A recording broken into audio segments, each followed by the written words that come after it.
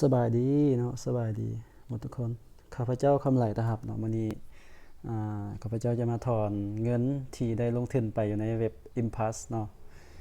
จะถอนไปใช้อยู่ในกระเป๋าเงิน S-Block ซึ่งเป็นกระเป๋าเงินที่หากสมัครหั่นได้คือกระเป๋าเงิน S-Block นี่มันจะมีอ่ารายได้เอิ้นว่าเฮาเอาเงินไปฝากอยู่หั่นแล้วจะได้อันค่า เขาจะไล่ดอกเบี้ยให้เนาะเป็นลายมือเดี๋ยวจะลองมาฝากเป็นเทือกทมิตเลยเข้าไปที่เว็บเข้าไปที่โปรแกรม S-Block เนาะประกอบกระเป๋า S-Block หน้าตาของ S-Block จะเป็นแนวนี้เนาะขึ้นมาแล้วจะฝากเป็นสกุลเงินของ BTC เนาะเราก็เข้าไปอันนี้คือหน้าของ S-Block เนาะเขาก็กดที่ BTC แล้วไปกดที่ deposit เนาะเพื่อจะเอาเงินไปใส่อยู่ในนี้กด deposit ต่อมาแม่นเฮาจะcopy เอาเลขกระเป๋าตัวนี้เนาะ copy แล้วไปที่เว็บ Impass เว็บ Impass เว็บ Impass นี่ค่อยได้ลงทุนไปแล้ว2มื้อเนาะก็ได้มีบาลานซ์อยู่ในหั่น0.0006BTC เนาะก็สามารถถอนได้แล้วเพราะว่าขั้นต่ำการถอนของเว็บตัวนี้เป็น 0.0005 ถือว่าเว็บตัวนี้ให้ค่าตอบแทนสูง 6% เอาหลังจากเข้ามาในเว็บ Impass แล้วเนาะเราจะมาตั้งค่าก่อนหมายความว่าเราจะเอาเลขกระเป๋าที่เรา copy จากS-Block เมื่อกี้หั่นมาไว้อยู่ในเว็บตัวนี้ก็เนาะให้เข้าไปที่ setting เนาะ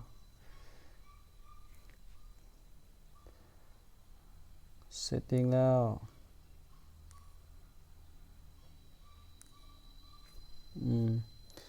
Bitcoin account เดี๋ยวจะ copy อีกอันหนึ่งก่อนเนาะ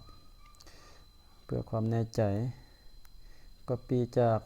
S-Block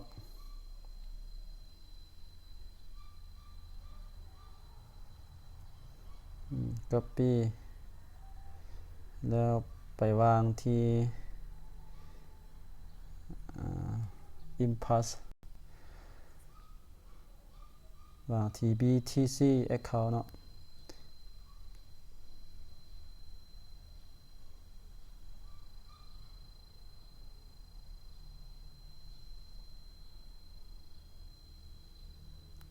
ใส่แล้วเลื่อนลงมา change account data เนาะ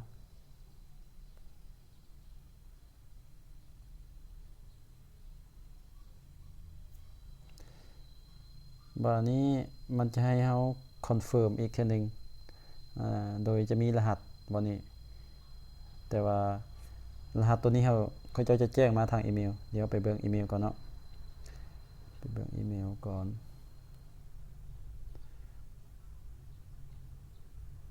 มาแล้วอันนี้เนาะ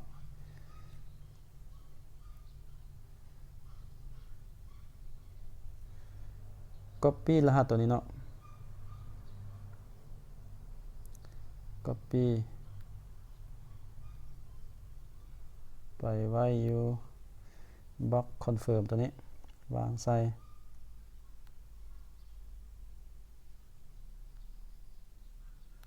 แล้วกดคอนเฟิร์มเนาะ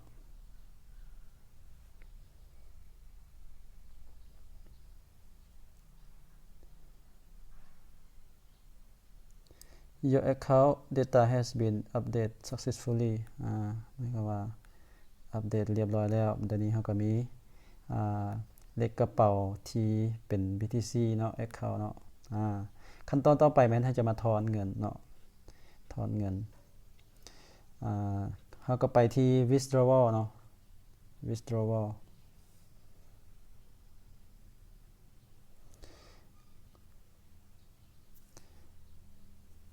กด withdrawal การถอนขั้นต่ำของเว็บอันนี้เป็น 0.0005 BTC เนาะแต่ว่าใน balance ของข้าพเจ้าก็ได้ 0.0006 เนาะคือตัวนี้เรา ถอนหมดซะเนาะเฮ้ย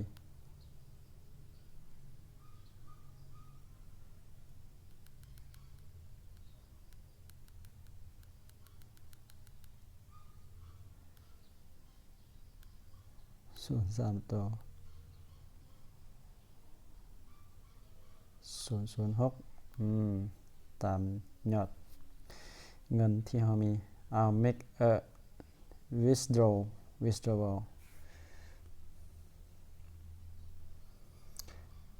เว็บตัวนี้นี่ค่าธรรมเนียม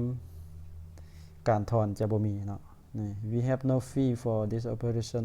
ฟรีเลยเนาะต่อไปกด confirm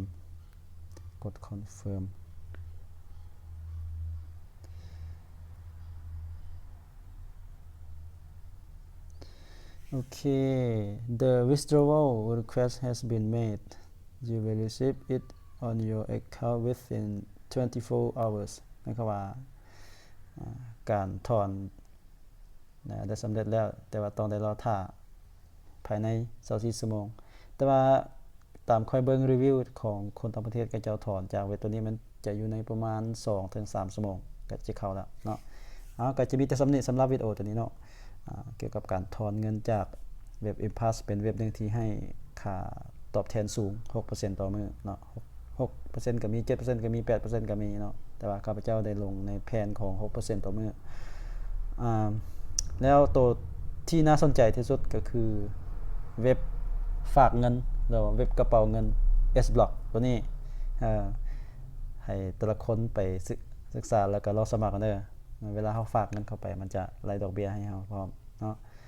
ขอจบสำนี้เด้อสำหรับคลิปตัวนี้มีหยังค่อยอัปเดตกันต่อไปนะพบกันวิดีโอต่อไปขอบใจสำหรับใครที่เข้ามาติดตามรับชมและอย่าลืมกดติดตาม Subscribe ให้เด้อขอบใจ